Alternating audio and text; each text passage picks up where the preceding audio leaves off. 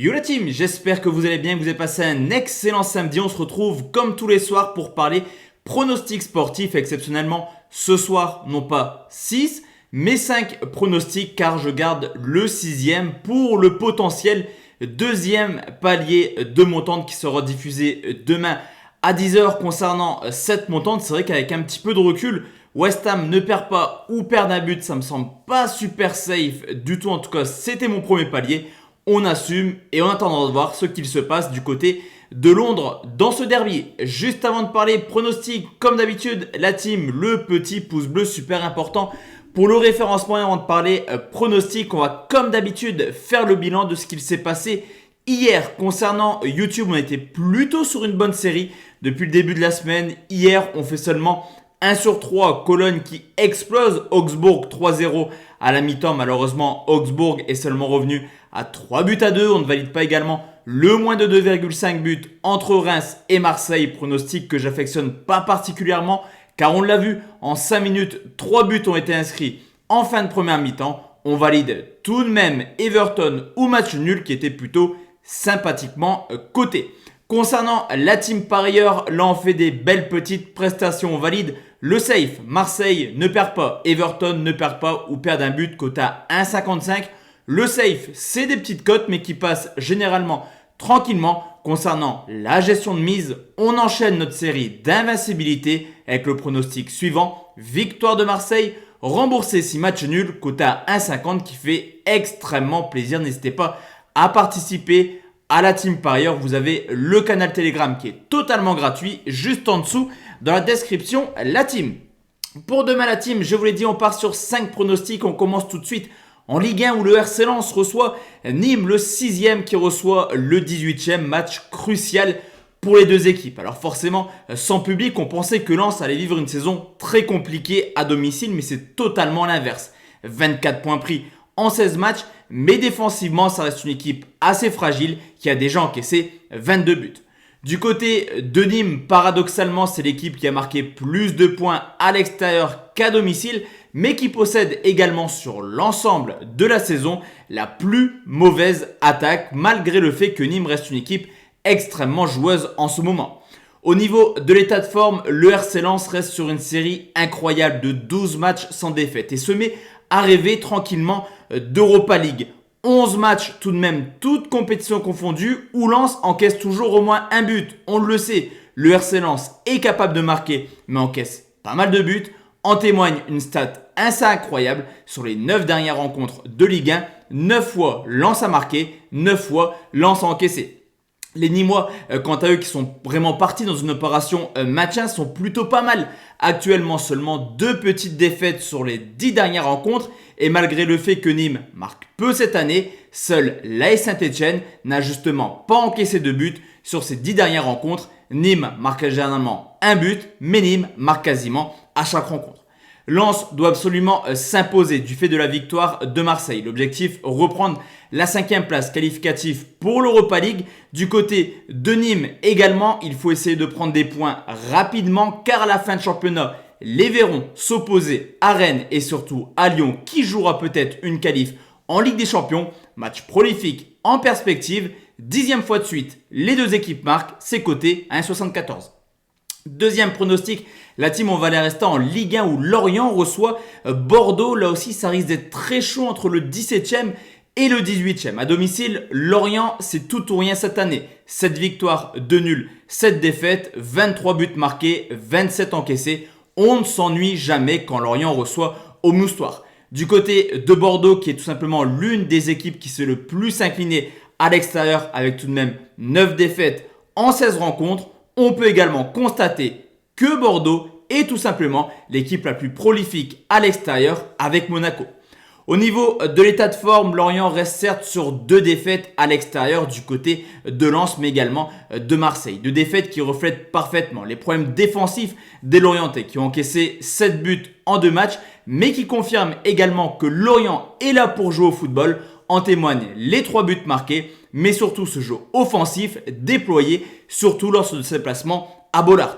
Du côté de Bordeaux, que dire actuellement de leur période? C'est vraiment une grosse crise côté bordelais. financièrement, au niveau de l'équipe, mais également au niveau des résultats. Seulement 4 points pris sur les 12 dernières rencontres, 13 buts encaissés sur les 4 derniers matchs. Mais on l'a vu cette année, Bordeaux est capable des fois de se sublimer. En témoignent des victoires à Nice 3-0, mais également du côté de Dijon sur le score de 3 buts 1. Le match risque forcément d'être assez sympathique et l'occasion est réelle. L'occasion est en or pour les Lorientais afin de revenir à seulement un petit point de Bordeaux. Bordeaux, en cas de victoire, pourrait quasiment se maintenir. Là aussi, on risque de ne pas s'ennuyer. Tout est possible dans cette rencontre. Plus de 2,5 buts, c'est coté à 1,83.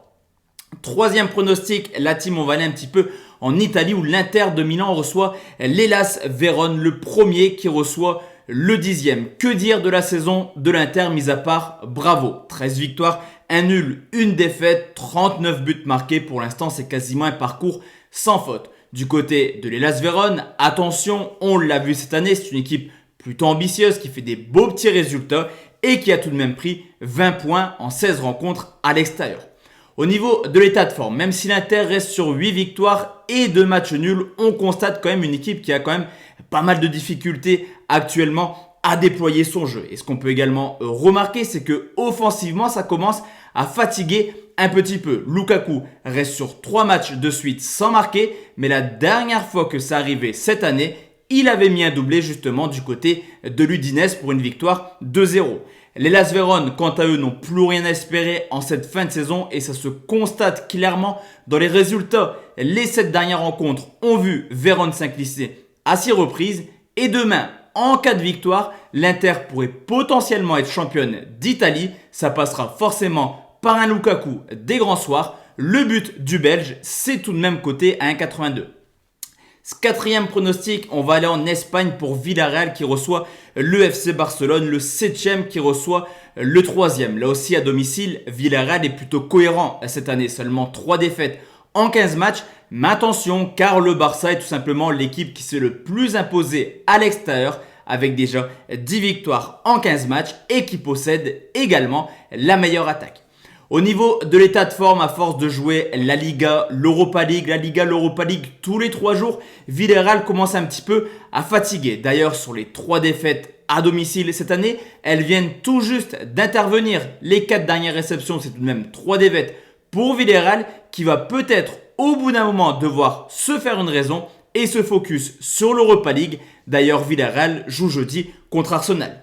Du côté du Barça qui vient de remporter la Coupe du Roi, on peut quand même constater que cette équipe est tout simplement en championnat l'équipe la plus en forme en 2021 dans le Big Five en Europe. 14 victoires, 1 nul, une seule défaite, un Messi qui commence à redevenir le vrai Lionel Messi et surtout une occasion de revenir à seulement 2 points de l'Atlético Madrid. D'ailleurs, le Barça jouera contre les Colchoneros dans quelques journées.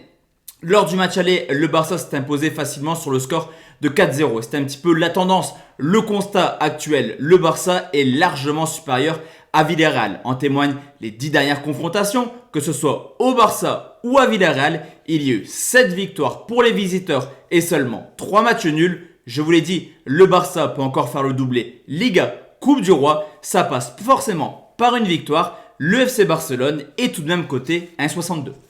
Et enfin la team, le dernier pronostic, on va retourner en Ligue 1 où Lyon reçoit le LOSC, le 4e qui reçoit le 2e. Contrairement à l'an passé, Lyon assure à domicile 10 victoires, 3 nuls, 3 défaites. Mais attention là aussi car le LOSC est tout simplement l'équipe qui s'est le moins inclinée à l'extérieur avec seulement une petite défaite en 16 rencontres.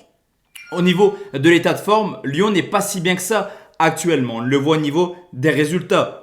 2 victoires seulement sur les 5 dernières rencontres. Également une élimination cette semaine contre Monaco sur le score de 2-0. Attention car en une semaine, Lyon pourrait se faire éliminer de la Coupe de France et également dire adieu à ses rêves de titre. Du côté du LOSC qui n'est pas forcément au top également, 2 victoires seulement sur les 5 dernières rencontres, on peut tout de même constater une équipe qui est capable de faire le dos rond.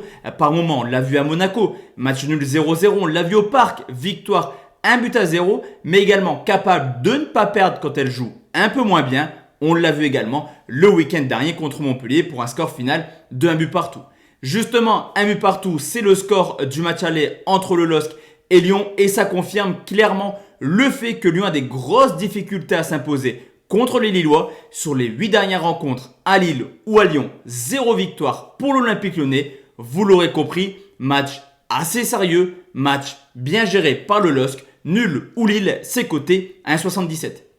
Donc voici la team, mes 5 pronostics pour demain. J'espère réellement qu'on se rencontrera demain à 10h pour le deuxième palier de la montante.